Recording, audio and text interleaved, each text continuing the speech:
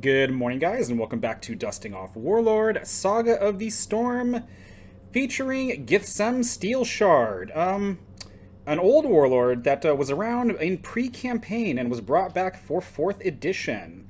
Um, very similar to Logan. She did get an upgrade. The difference is Logan's upgrade, yeah, it was good for him, but Gethseme got so many upgrades. She's functionally a different character at this point. Like, she does so much more than her original form because her original form didn't do anything. She is multi-class, and I don't know why she doesn't do anything. The other multi-class warlords that we had, outside of Kerberos, I believe, they still did stuff. Like Icarus still did stuff.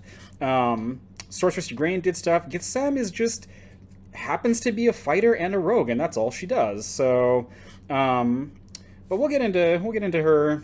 And how my take on her here. So, Gethseme is a 4th level good fighter rogue, classless, I guess, but she's a fighter and a rogue.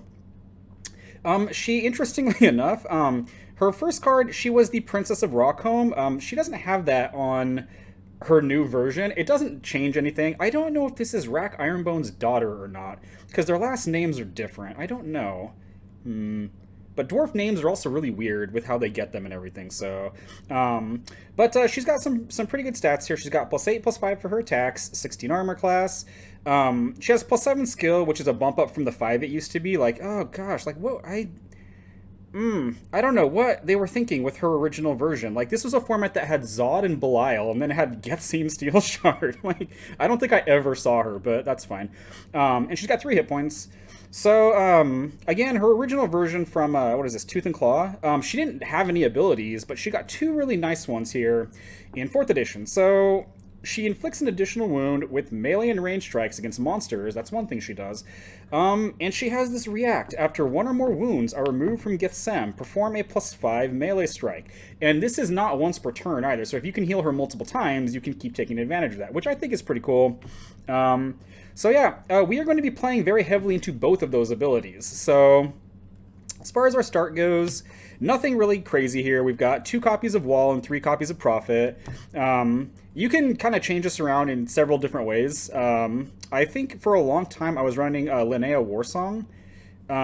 Prophet's probably just better overall. Linnea doesn't really interact with Gethseme in a very positive way. Because the wounds have to be removed. It doesn't work if they're reduced. So, but yeah, Prophet and Wall, pretty solid. The walls are especially because Gethseme is going to be going to the front. That +5 can be fairly helpful. It can be useful. As far as other characters go, we've got 3 copies of Revenge. This is a level 1 fighter who doesn't really do much except inflict additional wound against monsters with melee strikes, very similar to what Gethseme does. Now, it doesn't apply to his range strikes, but that doesn't really matter at all. His stats are not very good. +2 attack is, I mean, that's okay. Oh, good lord, excuse me. His 10 armor class sucks. He doesn't have any skill, so at one point I wish I could fit this guy in here. This guy Grudge. So Grudge is he kind of sucks, but he's real fun. He's level 1. He has, you know, kind of crappy stats just like Revenge does. Just after he kills a monster with a melee strike or action, he gets +2 attack permanently. Again, not very good, but I've gotten his attack up to, I think I've gotten it up to about +8 before someone's like, okay, he has to die, and they just figure to inflict him, and he got killed. But so yeah, we're not running him. We are going to be running 3 copies of Lady Tornhawk. This is a mercenary who was also reprinted with some better stuff in 4th edition. She's got +6, +4 for her attacks, 15 armor class. Her skill is only +2, and that kind of sucks. She has 2 hit points, and if your warlord is a mercenary, she gets a 3rd hit point, which doesn't apply to us. It is unfortunate that she is not a dwarf, because the walls can't be used on her, but whatever. And she inflicts an additional wound with melee strikes against monsters, just like Gethseme does. So, yeah, a lot of monster hate here, and it's probably not going to happen very often that your opponent has a lot of monsters, and so we're going to have to turn them into monsters, and so we're going to do that with 3 copies of Jericho, who's another mercenary. He's a cleric who just spend order, target a character within 2 ranks. The target gains the monster trait until the end of the turn. So you do need to get him close enough. He pretty much needs to be in rank 2 to affect their frontline stuff. But there's no check involved. There's no level restriction. It's just he just taints them with monsterdom, and then all of a sudden, all of these characters who do extra wounds, they start doing those double wounding, which is kind of nice. Now, again, dusting off, I am not a competitive Warlord player at all, like in any capacity. This is very silly, but it's kind of fun to do, and yeah, I enjoy playing this deck. Instead of Jericho, if you want to taint things, you can run Gilbert Bask instead. And this opens up the opportunity for another thing you can do with Gilbert Bask. On one hand, you can turn their characters into monsters. It is kind of cool that Gilbert's is permanent, so you don't have to, with Jericho, you have to keep retainting them. Hopefully that's not a problem because you're killing them, and then it's like, you don't have to worry about it, but in case you swing and a miss a bunch of times, Jericho may have to keep reapplying his taint, which that can be annoying. But Gilbert Bass can also, he gives you a bonus when he does this. He turns that character into a monster. They get +1 attack and armor class. You can use this on yourself to give you that buff, and that opens up using the Cardinal's Blessing to make that bonus +6, which that's a huge stat increase right there. The problem with this is I do like doing that. I just don't like doing that if you're not starting Gilbert, because this becomes a 2-card combo that doesn't do anything at any other point unless you happen to drop both of these. So instead, yeah, we're gonna do Jericho because I think he's a little bit. I just think he's better for this. So. As far as some other support characters go, I mean, that's the fighting portion of it, I think. Yeah. We've got 3 copies of Atone and 3 copies of Kevin of the Green, or Kevin of the Green. Whatever. Atone is a cleric who comes into play. He has a spend react to just remove a wound from somebody, from one of your dwarves, I guess. So again, unfortunately, this can't help save Tornhawk, but that's okay because, again, we want Gethseme to be being able to use her react. And so Atone just comes in and does that. He doesn't really do anything else after that, which is unfortunate, but you know what? It's fine. Kevin of the Green, this guy is one of the ambassadors. I have seen some very, very funny things involving ambassadors and kind of dual factioning things. We're not playing him for that. We're just playing him because he has medicine +4. +4 with his +4 skill means he needs to roll a 12 to succeed. That's not very good, but it's also, it can happen fairly easily, and he can do this the turn he comes into play. You just play him, you move him, and then you use his ability. You can also do something like Neva Menlight. Neva is better except the first time you use him. He can keep medicining a number of times equal to his level, which is really awesome because he has his ability to once per turn, after he reduces or ruins a move from a dwarf, a higher level dwarf, equal or higher level dwarf, good lord. He permanently gets +1 level, an extra hit point, and his medicine goes up. The problem is he has to roll a 14? He has to roll a 14 to do that. Now, you may say, you know, Zach, that's not a huge difference between 12 and 14. I have found, yes, that is actually kind of a big deal. Again, I don't think Nevin Menlight is bad. It's just if you, I've had too many games where I can't make that stick, and so when it does stick, it's great. So I mean, you could mix that up however you want to.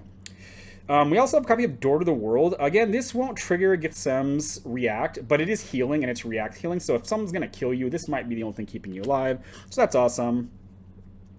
Then a couple support other characters. We have a copy of Mentor. Spend react after target dwarf equips an item, ready the target. Gethseme, if you can ready her, that's great. And yeah, we've got plenty of items in here to take advantage of, so I think Mentor's great. We have a copy of Roshni. This is a very odd character. He's a dwarf that came out in 4th edition. He's a wizard, and there aren't very many dwarf wizards. All he does is, once per turn, target an item within 2 ranks until Roshini leaves player, uses this order again. The item either gets +2 attack, +2 armor class, or +2 to DC saves and range strikes from the item's actions.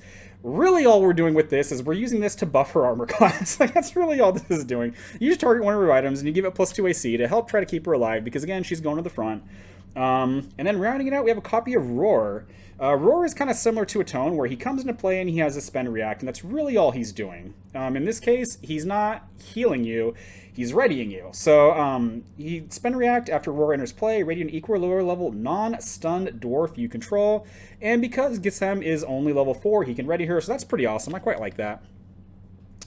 So then we got some toys for the characters here. Now, we're gonna do 3 copies of Tanning Knife. A big chunk of what this weapon does we can't use because you have to be a ranger. Basically, when you kill monsters or dragons, you basically skin them and you wear their skin as armor. That's pretty cool. But you have to be a ranger to do that, which sucks. But this gives you an additional wound with melee strikes against monsters and dragons. So combining this with Tornhawk and Gethseme's their innate ability to do extra wounds, these are 3-wound melee strikes, which again, that kills a lot of stuff.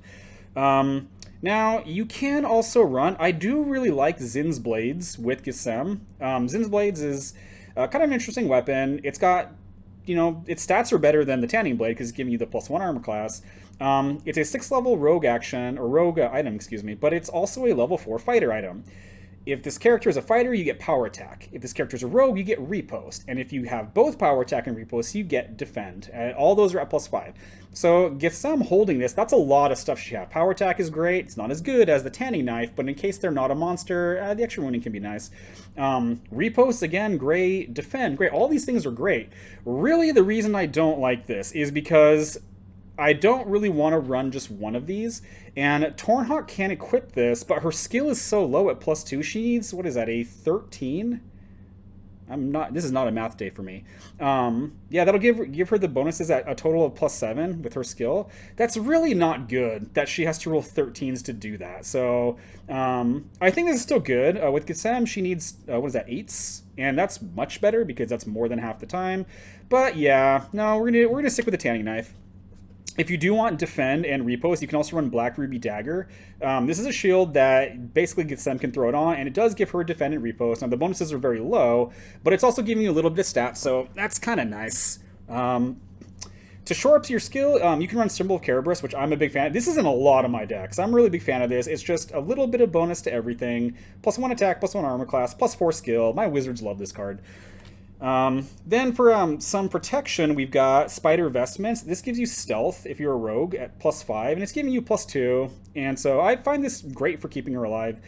You can change this up for Armor of Blending. The problem is the Armor of Blending is a little bit higher level, and so she can't equip it in rank 1. This she can, which is pretty much the reason I'm running it over the Armor of Blending, but your dwarves, you do have some stuff that you can play to make equipping items easier. I'm just not running them in this version. Bruntor's Helm, extra hit point, Elven Chainmail, extra armor class, Boots of Speed for movement and armor class, and then rounding it out, a Havadion Stance. Yeah, extra strikes, that's good. So for steeds here, we are doing a couple copies of Riding Horse and a couple copies of Griffin. The Riding Horses, these can just be, a Dark Horse and a War Horse to make the steeds all fighter. The reason I like the Riding Horses, again, a lot of my decks play this, and I don't think this. Let me think about how to phrase what I'm about to say.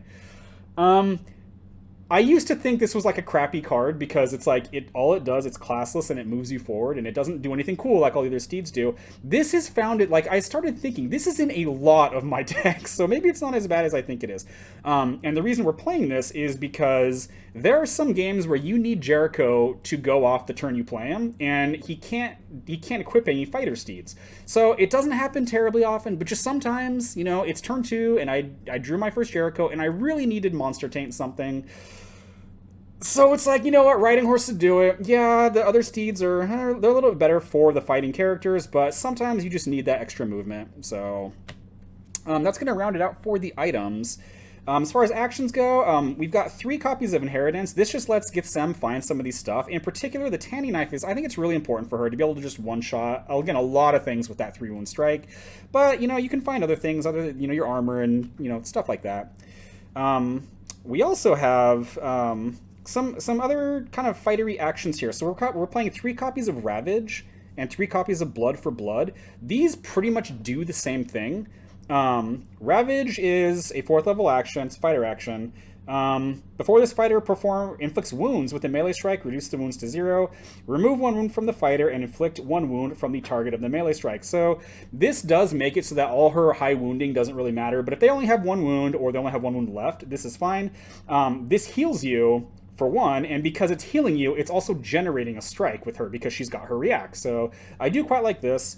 Blood for Blood basically does the same thing. This doesn't cut all your wounds down to 0. You just have to either critically succeed or hit by 5 or more. That really is, it's not that difficult for that to happen, but it does make this a little bit harder to play than Ravage sometimes.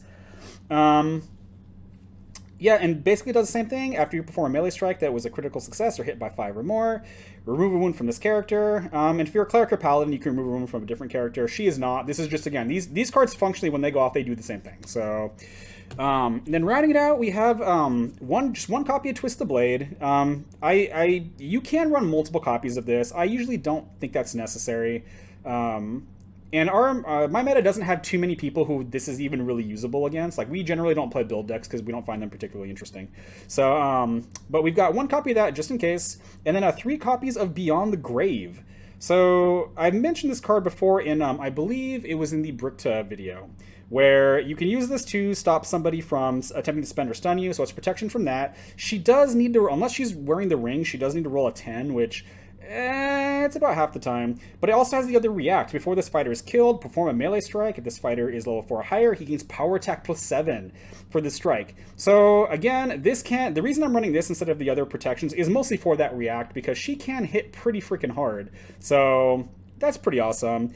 And I believe that concludes it for the main deck. So pretty much, it's very, very straightforward. It's kind of a silly deck, but again, I have a lot of fun playing this, especially when you're able to get a turn where you've got like multiple Ravages or Blood for Bloods going off, and she's healing and she's also stabbing, which is pretty cool. There are plenty of other things you can do in this deck. Really, I mentioned earlier, you can play Dwarvish stuff to help you equip items. You can play Labor, you can play Steel Dragon Insignia, you can play... There's plenty of things you can do. And it would really, really be nice to be able to reliably play Uriel's armor, because this does pretty much everything she wants. It's giving her armor class, it's healing her, and healing her is having her make strikes. I believe for a while I was playing a single motion to allow her to play that in rank 1. I can't remember. I did end up dropping that. I don't remember why. I think something kept happening where it just wasn't going. And so, but I think that's pretty good. Whew. You can play other healing stuff too. You can play Khan Peace Hand. This is another reason why potentially playing those classless steeds would be important, because Khan has to be... he has to be within 1 rank of you to heal you, but it's healing every turn, so I think he's great. He's just a little too slow for this. You can also run Narutep.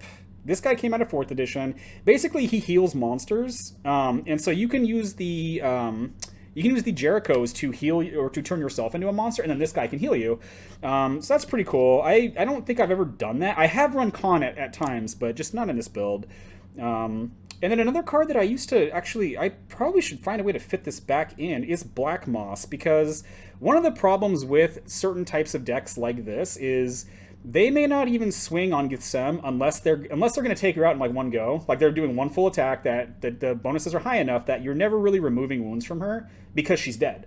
Black Moss is a way to, 1, do wounds to them, and 2, put wounds on yourself to let you perform strikes. So I can't remember why I dropped this. I probably just didn't have space for it. Then rounding it out, you can run some item removal. You've got Steady Aim, you've got Nimble Fingers, you've got Clearing the Mark. There are plenty of things you can play for item removal. Again, not super necessary in our meta because we don't really play too many decks like that, where it's like, oh my god, I gotta remove all this stuff. And yeah, and Twist the Blade's been enough for the times where they've got a couple items on. So yeah, I don't think I have anything really more to say about this. So a little shorter episode, but you know what? That's fine. So thanks for checking this out. God bless you, and I will catch you in the next video.